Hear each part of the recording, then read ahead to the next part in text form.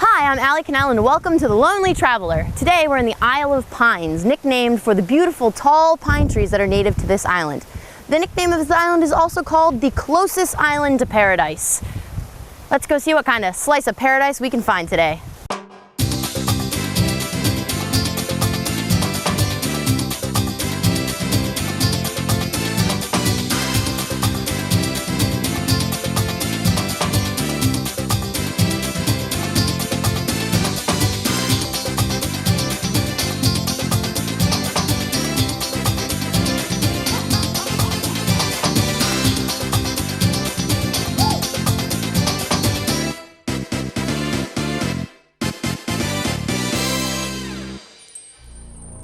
Isle of Pines is part of the Loyalty Islands of New Caledonia. The island was put on the map in 1775 when Captain Cook, on his second expedition to the South Pacific, noticed the tall pine trees known as Araucaria column, something like that. This species of tree is native to the archipelago of New Caledonia. Cook fittingly named the island he saw in the distance the Island of Pines. One of the best ways to see the historic and picturesque locations around the island is to take a bus tour. The first stop on our tour was at St. Martin's Bay. This monument was built in 1848 on the shore to commemorate the arrival of the French missionaries on the island by the Kunis, the indigenous people. The traditional European-style statue of Jesus, paired with the ancient Melanesian sandalwood carvings, highlights the merging of two very different cultures.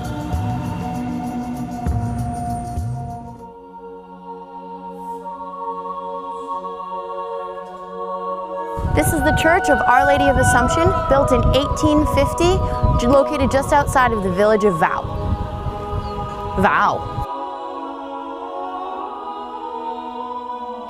The church was refurbished in 1974, with local carpenters constructing a ceiling out of native wood to reflect the original pattern seen on the floor. I know, right? Nothing like having 20 tourists traipsing through your backyard every hour. But when you have a backyard like this, it's hard to keep people away. The landowner of Queen Hortense's cave charges a $4 entrance fee, but that's a small price to pay for a 5-minute walk through a lush jungle to a huge domed cave filled with stalactites. We even found a wishing well. Wishing stream? Wishing tip jar? Time to make a wish in a grotto. I almost missed. The final stop on our paradise tour was, surprisingly enough, the ruins of an old French penal colony.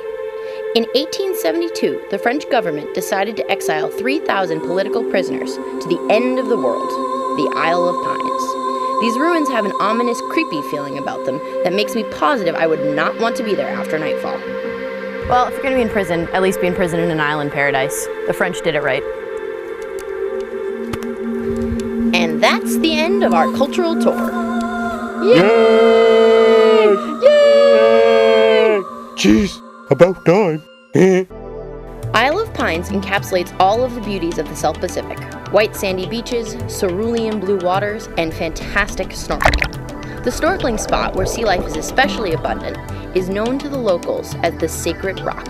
It is, as you may have expected, a rock.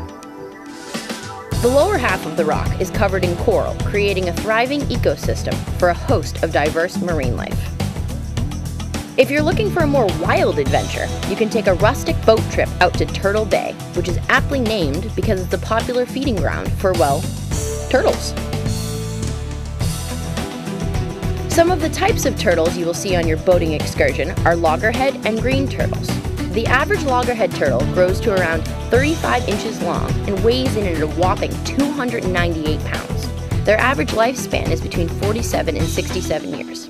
The loggerheads are omnivores who feed on bottom-dwelling invertebrates. Their large and powerful jaws are effective at dismantling their prey. And the producer's GoPro. Off the coast of Isle of Pines, there's a curiously shaped islet known as Brush Island, where you can find more white sandy beaches, crystal blue water, and amazing snorkeling. Let's go see if we can find some fish. Out in the more remote waters, you can come across such sea life as manta rays, dolphins, and sharks.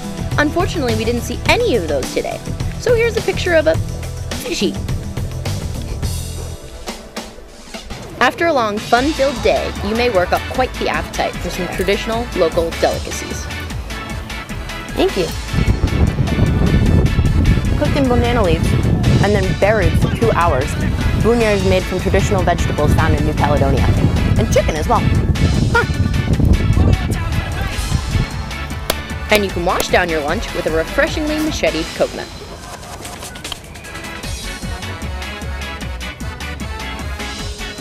Thank you. This beats any coconut water you can find in any grocery store. Anywhere.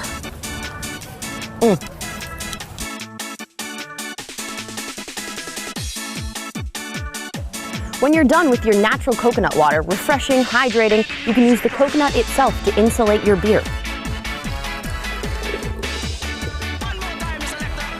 Oh wow! Woo!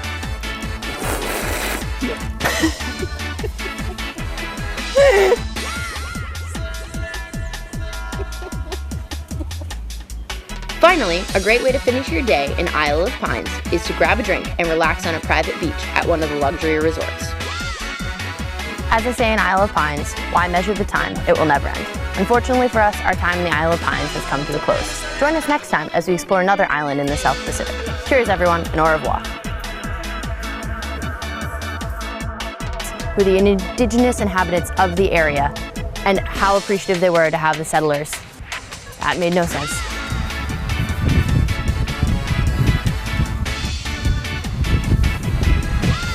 To new lands and beyond!